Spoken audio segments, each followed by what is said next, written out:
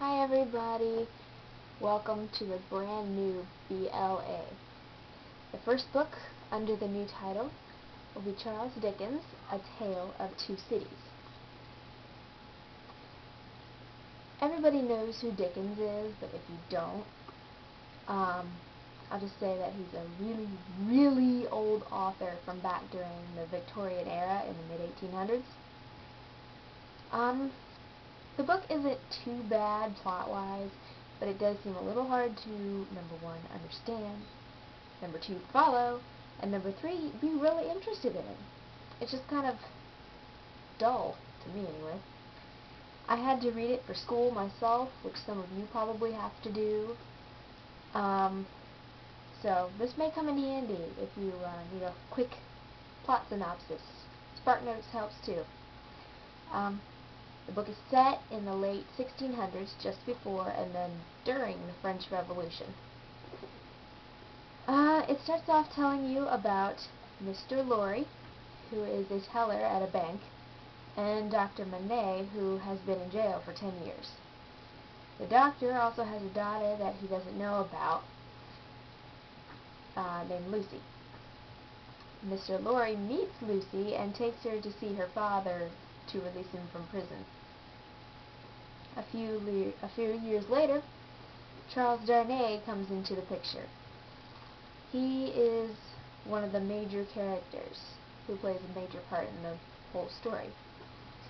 Darnay and this other guy named Sidney Carton start to fall for Lucy, but Carton doesn't feel worthy of her. He keeps telling her that his life is pointless, and she's really sympathetic, but she doesn't love him. A few months later, Darnay asks the doctor if he can marry Lucy. He promises that in exchange for the doctor's vouching for him, he will reveal his true identity, because Darnay isn't really who he says he is.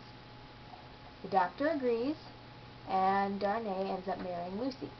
On the wedding night, Darnay reveals who he is, and his identity sends the doctor into a nervous breakdown for a few days. You'll find out later. Several years later, the French Revolution is well underway, and one of its major leaders is Madame Defarge. She's this little old French lady who has a personal score to settle with the aristocrats.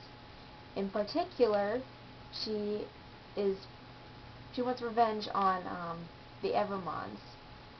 You see, when Madame was very young, the French Marquis Evermond and his twin brother raped her sister and ended up killing her eventually, and murdered both Madame's brother and her sister's husband.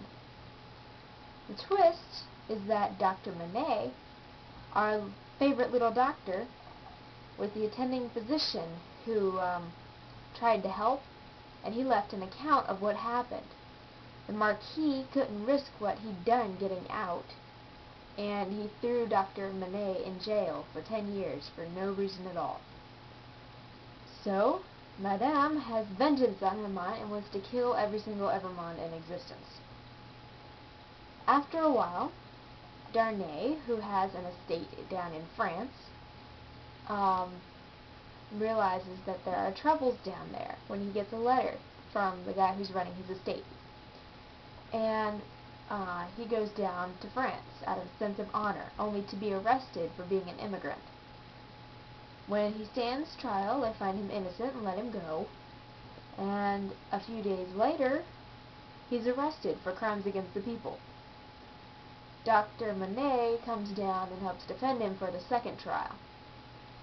But then his missing account is presented, revealing that Darnay is actually the son of the Marquis, who murdered Madame Defarge's sister.